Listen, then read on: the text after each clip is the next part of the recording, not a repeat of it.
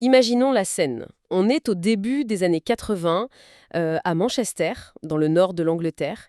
Et le décor, c'est pas du tout un laboratoire de pointe ou un garage californien rempli d'étudiants en ingénierie. Non, pas vraiment, non. C'est une boutique de vêtements. Des vestes, des pantalons pour les jeunes branchés de la ville.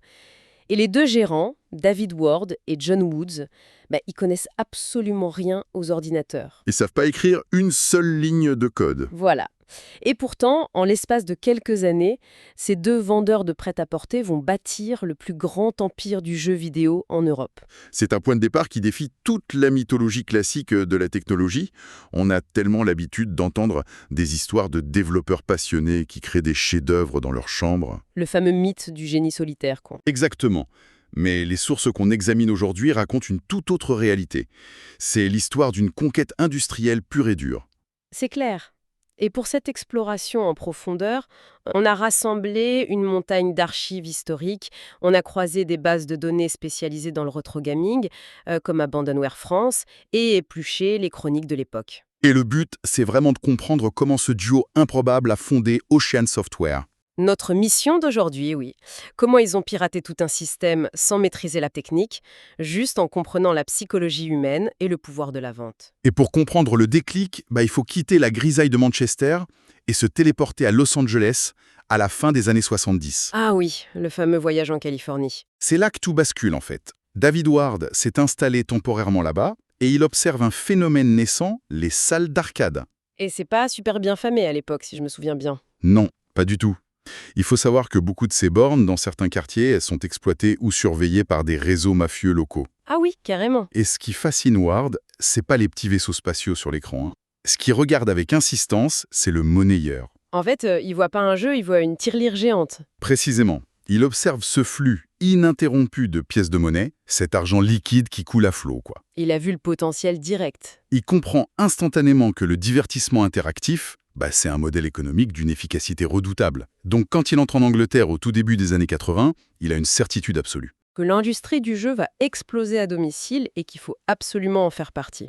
Voilà, c'est exactement ça. Alors du coup, en 1983, Ward et son ami John Woods fondent Spectrum Games. Et c'est là que notre plongée dans les archives devient complètement surréaliste. Ouais, parce que Spectrum Games, ça n'a de studio de développement que le nom. En réalité, c'est une simple boîte postale. C'est une entreprise de vente par correspondance. Tout à fait. Mais bon, décortiquons tout ça, parce que comment on vend des jeux quand on n'a ni programmeur, ni ordinateur, ni même de jeux à vendre en fait? Par l'audace. Et une gestion du risque assez phénoménale. Les micro-ordinateurs commençaient tout juste à s'installer dans les foyers britanniques, tu sais. Des machines comme le ZX Spectrum ou le VIC-20. Celle qu'on branchait sur la télé du salon, c'est ça? C'est ça. Le duo publie alors de grandes publicités dans les magazines d'informatique naissants. Ils achètent des pleines pages avec de superbes illustrations pour des clones de jeux d'arcade ultra connus, genre Frogger ou Missile Command. Ils promettent de l'action, de l'aventure, des graphismes incroyables. Sauf que le jeu en question n'existe pas encore au moment où le magazine est imprimé. C'est complètement fou. C'est essentiellement le concept de financement participatif. C'est le modèle Kickstarter, mais inventé 30 ans plus tôt et avec une approche beaucoup plus, on va dire, débrouillarde. C'est une façon polie de le dire, oui. On vend la boîte, on encaisse les chèques envoyés par courrier pour tester s'il y a une vraie demande, et si ça marche, on fabrique le produit en urgence. C'est ce que la culture britannique appelle l'approche d'Hellboy. Ah oui, du nom du personnage de série télé. Voilà, le personnage connu pour ses petites combines commerciales. Une fois que l'échec arrivait et que la demande était validée, il fallait bien livrer une cassette, quoi. Et c'est là qu'il faisait appel aux fameux bedroom coders. Les développeurs de chambre. Mais à quoi ça ressemblait concrètement sur le terrain? Comment ils coordonnaient tout ça? C'était littéralement des adolescents ou de très jeunes adultes passionnés par l'informatique qui codaient de manière frénétique dans la maison de leurs parents. Dans leur chambre, quoi. Exactement. Ward et Woods les repéraient, souvent par le biais de petites annonces ou du bouche-à-oreille local, et les embauchaient en tant que travailleurs indépendants. Donc pas de vrai contrat de salarié. Non. On leur disait en substance, voici 1000 livres sterling, j'ai besoin d'un jeu qui ressemble à Pac-Man d'ici 3 semaines. C'est expéditif. C'était une main-d'œuvre hyper bon marché, ultra motivée. Et surtout, le duo de fondateurs n'avait pas à gérer de masse salariale fixe ni de locaux techniques. Et ça marchait, c'est ça le pire. C'est ce pragmatisme absolu qui fait la différence. Parce que, dans nos sources, on découvre que pendant que nos deux anciens vendeurs de vêtements faisaient de la comptabilité millimétrée, le reste de l'industrie naissante perdait complètement la tête. Ah oui, c'était le Far West. J'ai lu cette histoire incroyable sur un studio concurrent basé à Liverpool, Imagine Software. Qu'est-ce qui s'est passé avec EA? Alors, ce qui est fascinant ici, c'est que Imagine Software, c'est l'antithèse parfaite d'Océan. C'était un studio qui avait connu des succès très rapides et qui a immédiatement adopté une mentalité de rockstar. Des rockstars du code. C'est ça. Les dirigeants achetaient des Ferrari, des Porsche, et ils payaient carrément des équipes de motards professionnels pour rouler autour de leurs locaux afin d'impressionner la presse. L'ego surdimensionné, quoi. Ils louaient les plus grands espaces dans les salons professionnels. Ils croyaient vraiment que le développement de jeux vidéo était devenu le nouveau Hollywood glamour. Sauf qu'ils ont oublié un petit détail, payer leurs impôts et sortir des jeux finis. Voilà. Résultat, en 1984, Imagine Software s'effondre de manière complètement spectaculaire avec des dettes colossales. Et il n'y a pas une histoire avec la télé qui était là à ce moment-là? Si, une équipe de la BBC filmait un documentaire sur eux au moment exact où les huissiers saisissaient le matériel. C'est un désastre public absolu. Ah, la honte! Et c'est là que Ward et Woods, forts de leur trésorerie accumulée grâce à leur gestion prudente, interviennent. Ils rachètent les droits du nom Imagine et le catalogue de l'entreprise en faillite pour une bouchée de pain. C'est le triomphe des comptables sur les rockstars, c'est beau.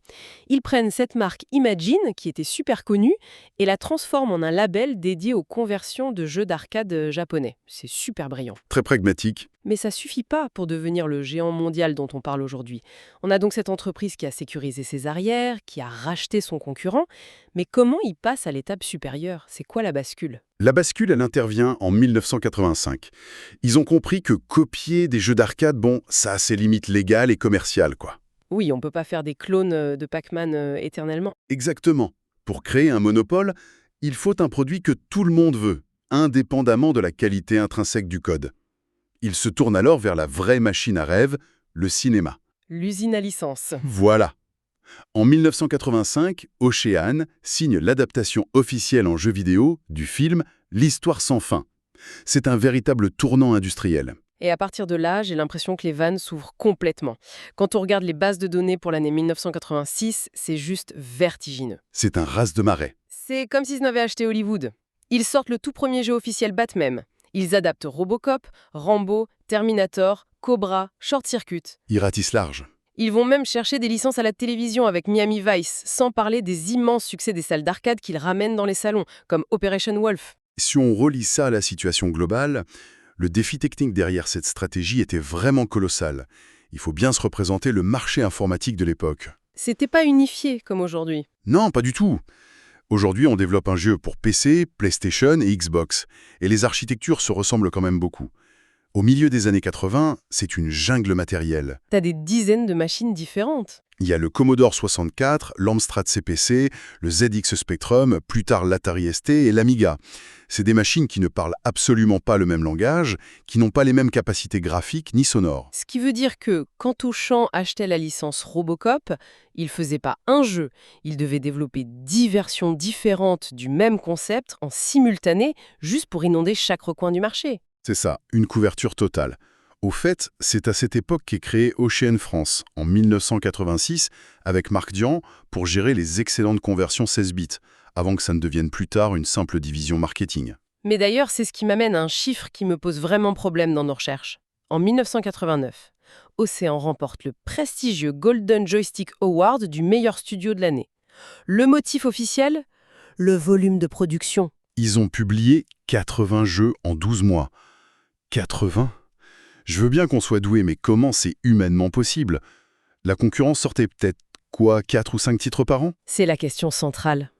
Pour atteindre un tel volume, Océan avait transformé la création de jeux en une véritable chaîne de montage industriel. Ils avaient perfectionné l'art du reskin, c'est-à-dire le rhabillage. Attends, c'est-à-dire, concrètement, un développeur créait un moteur de jeu très basique pour un jeu de plateforme. Et ce code source de base était ensuite réutilisé encore et encore et encore. D'accord. L'équipe graphique remplaçait simplement les petits pixels du héros générique par un dessin de Batman, puis le mois suivant par un dessin de Rambo. On changeait la couleur des décors et paf, on expédiait la cassette. Mais c'est littéralement la stratégie du menu fast-food appliquée au divertissement numérique. C'est une très bonne analogie. On prend exactement la même recette de base, le même steak, mais on met une sauce différente selon qu'on vend la boîte sur Commodore ou sur Amstrad. Voilà. Le but n'est pas d'obtenir une étoile Michelin de la critique vidéoludique. Non, le but est d'ouvrir un restaurant à chaque coin de rue pour étouffer toute forme de concurrence. Mais attends, si on fait ça, si on sort 80 jeux par an en réutilisant le même code à la va-vite, la qualité finale des jeux devait être souvent catastrophique, non? Ce qui est fascinant ici, c'est le côté totalement cynique, mais redoutablement efficace de leur modèle. La vérité économique de l'époque, c'est que la qualité ludique n'avait aucune importance au moment de l'achat. C'est triste quand même. Le produit vendu par Ocean, ce n'était pas la ligne de code, c'était la jaquette en carton avec le visage de Sylvester Stallone ou le logo de Batman. C'est presque comme vendre une boîte vide avec une belle étiquette. Ils vendaient pas un jeu vidéo, ils vendaient un ticket d'entrée pour l'univers du film en fait. Absolument. Quand un enfant se trouvait dans un magasin de jouets, il reconnaissait instantanément l'affiche du film qu'il venait de voir au cinéma. Et il suppliait ses parents. Les parents achetaient la cassette. Si une fois à la maison, le jeu s'avérait injouable, rempli de bugs, ou se terminait en 10 minutes, la transaction était déjà conclue de toute façon. L'argent était dans les caisses de l'entreprise. C'est génialement maléfique. C'était une stratégie qui s'appuyait sur des campagnes marketing mondiales, celles des studios de cinéma hollywoodiens qu'Ocean n'avait même pas besoin de financer. Et pourtant, voici le grand paradoxe de nos archives. Quand on parcourt les forums de rétro gaming aujourd'hui, les joueurs qui ont grandi dans les années 80 ont un attachement émotionnel immense, presque irrationnel envers Ocean. Ouais, une vraie nostalgie. C'est ça. Mais s'ils vendaient souvent la déception dans de jolies boîtes, d'où vient cette nostalgie? Et en creusant bien, la réponse se trouve dans une des pires contraintes matérielles de l'informatique de l'époque. C'est là que ça devient vraiment intéressant. Tu parles des fameux temps de chargement sur lecteur de cassette. Exactement. Il faut s'imaginer ce qu'était l'expérience utilisateur sur un Commodore 64 par exemple.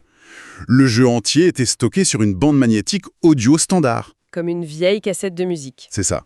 Et pour transférer les données vers la mémoire de l'ordinateur, il fallait parfois patienter de longues minutes. 15, 20 et parfois jusqu'à 30 minutes de chargement. Imaginons ça aujourd'hui, quoi. On achète le tout dernier jeu d'action et avant de pouvoir faire le moindre mouvement, on doit s'asseoir devant un écran noir, écouter des bruits de modem stridents et attendre l'équivalent d'un épisode entier d'une série télé. C'était interminable. Et le pire, c'est si le chargement plante à la 29e minute, il faut tout recommencer. Le niveau de frustration devait être cauchemardesque pour les gamins. Et c'est là qu'Ocean a eu un coup de génie technique et psychologique. Pour éviter que l'enfant ne perde patience, ils ont inventé l'Ocean Loader. Qu'est-ce que c'était exactement? C'était un programme minuscule qui se chargeait dans les toutes premières secondes et qui affichait une magnifique illustration numérique en plein écran, accompagnée d'une bande-son fantastique. Et pas n'importe quelle musique. On parle de compositeurs de chiptune, tu sais, cette musique générée par les puces sonores de l'époque, qui sont devenues de véritables légendes aujourd'hui. Des noms comme Martin Galway, Jonathan Dunn ou Peter Clark. Ils tiraient des mélodies incroyables depuis ce qui ne pouvait jouer que 3 notes en même temps, c'est fou! C'est fondamental. En imposant ce standard, Ocean a fait de l'expérience d'attente un événement en soi. Le joueur ne subissait plus le silence angoissant de la cassette avec l'écran noir, il assistait à un spectacle sonore. Ils ont transformé l'ennui en culte. C'était de l'expérience utilisateur avant même que le terme ne soit inventé en fait. La marque Ocean devenait synonyme de cette attente excitante. La marque, c'est aussi l'expérience, pas selon le produit fini. C'est fou de se dire qu'une simple barre de chargement esthétique a laissé une empreinte culturelle plus forte que des dizaines de jeux qu'elle était censée introduire, quoi. Des milliers de passionnés écoutent encore ces morceaux aujourd'hui sur YouTube. C'est clair. Alors, bon, nous sommes à l'orée des années 90. Ocean domine l'Europe. Un manager visionnaire, Gary Bressi, est aux commandes du développement. Les budgets sont illimités. On valide n'importe quelle licence sans poser de questions à John Woods. Ils sortent d'immenses succès, que ce soit en interne ou via des studios externes qu'ils éditent, comme la série Worms ou Jurassic Park. C'est l'apogée. C'est l'âge d'or, oui. Tout semble invincible. Jusqu'à ce que la technologie change radicalement la donne. Le vent tourne avec l'arrivée massive des consoles 16 bits, la Super Nintendo et la Sega Mega Drive. On abandonne le monde des cassettes pour la cartouche, c'est ça? On abandonne les cassettes magnétiques pour entrer dans le monde de la cartouche électronique, oui. Et ce changement de support physique, il va bouleverser toute la logique économique sur laquelle reposait l'Empire Ocean. Mais pourquoi c'est si différent, Après tout, ça reste un support pour mettre un jeu, non? La différence, elle réside dans la matière première et dans le contrôle. Une cassette vierge, ça coûtait quelques centimes à produire. Si un jeu Ocean faisait un flop commercial, la perte matérielle liée à la fabrication physique était dérisoire. Oui, on jetait du plastique pas cher. Mais une cartouche de console, ça contient des circuits imprimés, du silicium, des puces de mémoire. C'est un objet complexe et super cher à fabriquer, souvent manufacturé directement au Japon d'ailleurs. Et surtout, Nintendo et Sega détenaient le monopole total de cette fabrication. Ce qui veut dire qu'Ocean ne contrôlait plus son usine? Exactement. Et les règles imposées par des constructeurs comme Nintendo étaient draconiennes pour les éditeurs tiers. C'est-à-dire? Ils devaient précommander et payer intégralement la fabrication des cartouches des mois avant la sortie du jeu. Ils devaient deviner 6 mois à l'avance combien d'exemplaires allaient se vendre. Alors ça, c'est un risque d'inventaire terrifiant. Si on commande 100 000 cartouches chèrement payées d'un jeu de plateforme basé sur un film, bon, médiocre, et qu'il ne s'en vend que 10 000, on se retrouve avec des millions de dollars d'invendus qui prennent la Et poussière. c'est exactement le piège qui va se refermer sur eux. Entre 1993 et 1994, les coûts de développement explosent, que ce soit sur console ou sur les nouveaux PC multimédia. Ocean commence à brûler sa trésorerie à une vitesse folle. Il y a la filiale américaine aussi, non? Mais la filiale américaine est un gouffre financier. Ils sont même obligés de faire entrer le groupe français Chargeurs au capital en 1994, juste pour renflouer les caisses. Et puis, il y a la tempête parfaite qui s'abat sur eux à Noël 1994. Alors, qu'est-ce que tout cela signifie? Et surtout, que se passe-t-il avec Sony? C'est l'entrée fracassante de la première PlayStation sur le marché. Pour imposer sa console qui utilise le format CD-ROM qui coûte infiniment moins cher à produire qu'une cartouche, Sony adopte une politique tarifaire extrêmement agressive envers les éditeurs. Il casse les prix, quoi. En réponse, l'écosystème entier panique et la valeur marchande des jeux sur cartouche s'effondre brutalement, d'un seul coup, à l'approche des fêtes de fin d'année. C'est le coup de grâce. Ocean avait budgété toute son année, ils avaient rempli leurs entrepôts de cartouches 16 bits en espérant les vendre au prix fort traditionnel, et soudainement, le marché exige des prix bradés. C'est un massacre comptable. En quelques semaines, l'entreprise essuie des millions de dollars de pertes nettes. Leurs stocks d'invendus perdent toute leur valeur marchande. Du jour au lendemain. Cela soulève une question importante sur la fragilité structurelle du modèle de l'éditeur tiers. C'est fascinant parce que ça démontre qu'on peut être le roi du contenu, posséder les licences de Terminator ou de Jurassic Park, mais si on ne possède pas le plastique sur lequel le contenu est imprimé, on reste à la merci du propriétaire. Ils étaient devenus des simples locataires sur les plateformes de Nintendo et de Sega, en fait. Quand les fabricants de consoles, les propriétaires changent les règles de la location, tout s'effondre. Le modèle basé sur l'abondance de sorties, qui fonctionnait si bien à l'ère de la cassette à 2 sous, s'est complètement fracassé contre le mur de l'économie du silicium. Et les conséquences sont immédiates. L'année 1995 est catastrophique financièrement. Gary Bressi, l'architecte du succès des années précédentes, avait déjà quitté le navire en 1994. La machine était définitivement cassée. Ce qui nous amène à la conclusion de notre histoire, la fin d'une ère. Le 11 avril 1996, le coup près tombe. Le géant français Infogrames, mené par Bruno Bonnell, rachète Ocean pour une centaine de millions de livres sterling. C'était la stratégie d'expansion d'Infogrames à l'époque, grandir en avalant d'anciens rivaux. Pendant un temps, garde l'illusion, le logo reste sur les boîtes, mais très vite, la structure est démantelée. Oui, même la brillante filiale Océan France ferme ses portes. En février 1998, c'est la fin administrative. Le nom Ocean Software Limited est officiellement rayé des registres pour devenir Infogrames United Kingdom. Et il y a un détail dans nos sources qui ressemble vraiment à une blague écrite par un scénariste super cynique. Le tout dernier jeu publié en 1998 sous le label historique Ocean, c'était sur la Nintendo 64. Et tu sais c'est quoi son titre, Sam? Mission impossible. C'est d'une ironie poétique parfaite. Une ultime et grosse licence hollywoodienne pour sceller le destin du studio qui avait bâti toute sa fortune sur ce modèle exact. David Ward et John Woods ont tout de même reçu la reconnaissance de leur père par la suite. En 2004, ils ont été intronisés au panthéon de l'industrie britannique, l'ELSPA, pour leur rôle de pionniers. Oui, ils ont créé une industrie là où il n'y avait qu'un passe-temps de passionnés. C'est indéniable. Mais en refermant ce dossier, en voyant comment ils ont systématisé la vente de jeux via des franchises connues plutôt que par l'innovation technique pure, il y a une réflexion qui s'impose sur ce qu'on vit actuellement. Ah, tu veux faire le parallèle avec aujourd'hui. Quand on observe l'industrie du jeu vidéo moderne avec ses blockbusters dont les budgets de développement atteignent des centaines de millions de dollars, on sent une terreur absolue à l'idée de prendre le moindre risque créatif. C'est tout à fait vrai.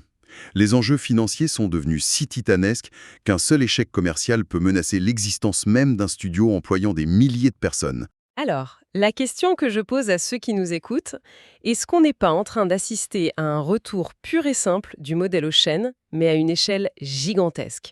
Quand on voit la pluie incessante de jeux estampillés Star Wars, Marvel, Harry Potter, les avalanches de remakes et de reboots, j'ai l'impression que l'industrie a réalisé, exactement comme War des Woods en 1986, que la seule assurance vie, c'est le nom imprimé sur la jaquette numérique. Le parallèle est frappant et profondément pertinent. Les moyens ont changé, les graphismes sont photoréalistes, mais la philosophie fondatrice reste identique. Utiliser la familiarité d'une marque pour garantir l'acte d'achat avant même que le joueur n'ait tenu la manette. C'est ça. À la différence près qu'aujourd'hui, cette stratégie n'est plus l'audace de deux vendeurs de prêt-à-porter, mais c'est devenu l'instinct de survie d'énormes conglomérats. C'est incroyable de se dire que les bases de cette logique implacable n'ont pas été théorisées dans la Silicon Valley par des ingénieurs, mais dans le nord de l'Angleterre par deux types qui appliquaient simplement les règles de l'industrie textile.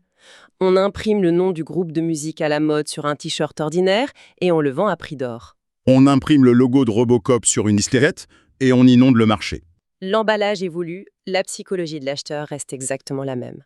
Eh bien, c'est ce qui clôture notre exploration des archives d'Ocean Software. Merci de nous avoir accompagnés dans ce décryptage.